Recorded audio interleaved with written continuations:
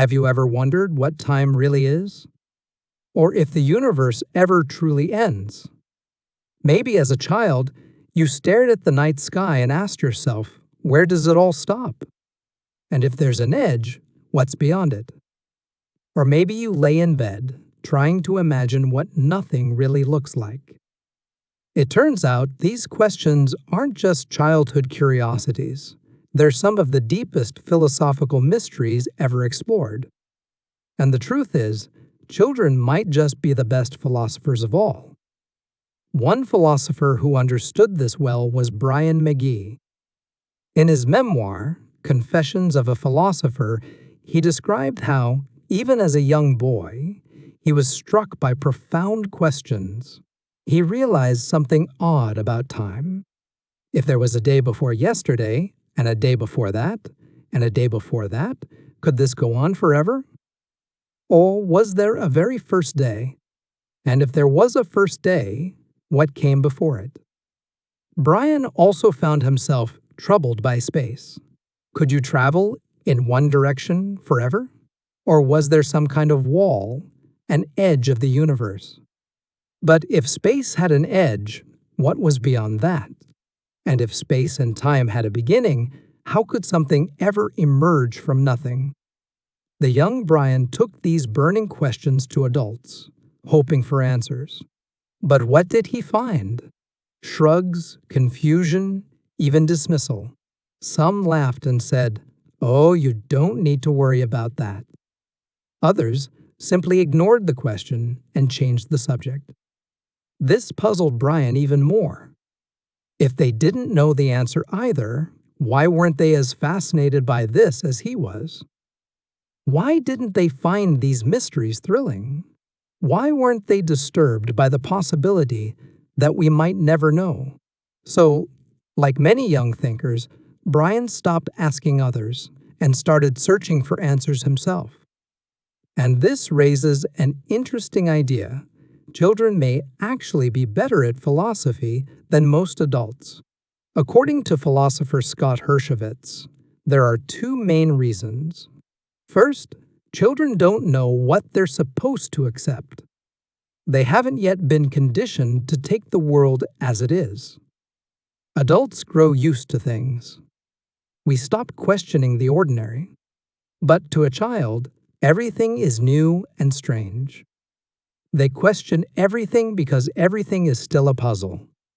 Second, children are fearless thinkers. They don't worry about being wrong. In fact, they expect to be wrong.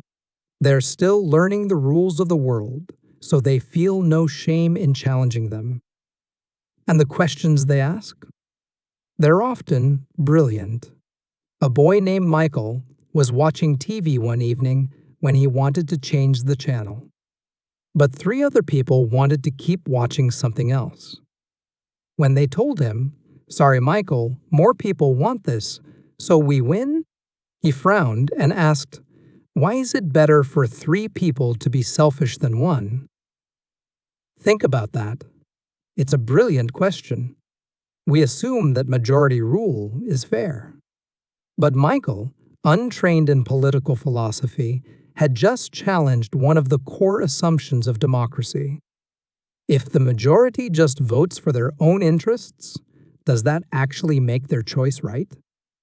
Or is it just power in numbers? Another child once asked, if everything must have a cause, what caused the first thing? That's essentially the cosmological argument, a question that has puzzled thinkers from Aristotle to Stephen Hawking.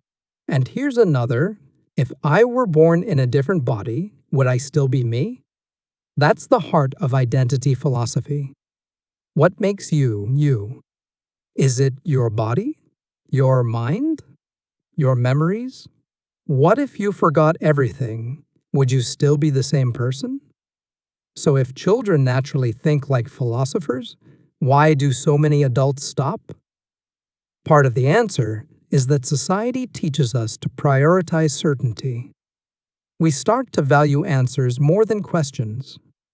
Schools, workplaces, and social norms encourage us to focus on what is known rather than what is unknown. But there's a cost to this. When we stop questioning, we stop seeing how strange and incredible reality actually is. The good news: you can get it back. You can reawaken the wonder you had as a child. How? Start by simply listening to children's questions and taking them seriously. Next time a child asks you, "Why is the sky blue?" or "Where was I before I was born?" don't brush it off. Sit with it. Explore it. Let yourself feel that curiosity again.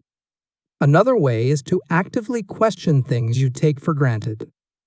Instead of assuming you know the answer, ask why things are the way they are. Why do we believe in certain moral rules? Why do we accept certain social structures? What if they were different? The world is full of puzzles. The difference between a child and an adult is that children notice them. So I leave you with this challenge. Think back to when you were a child. What were the strangest, most fascinating questions you ever asked? And now, as an adult, are you still asking them?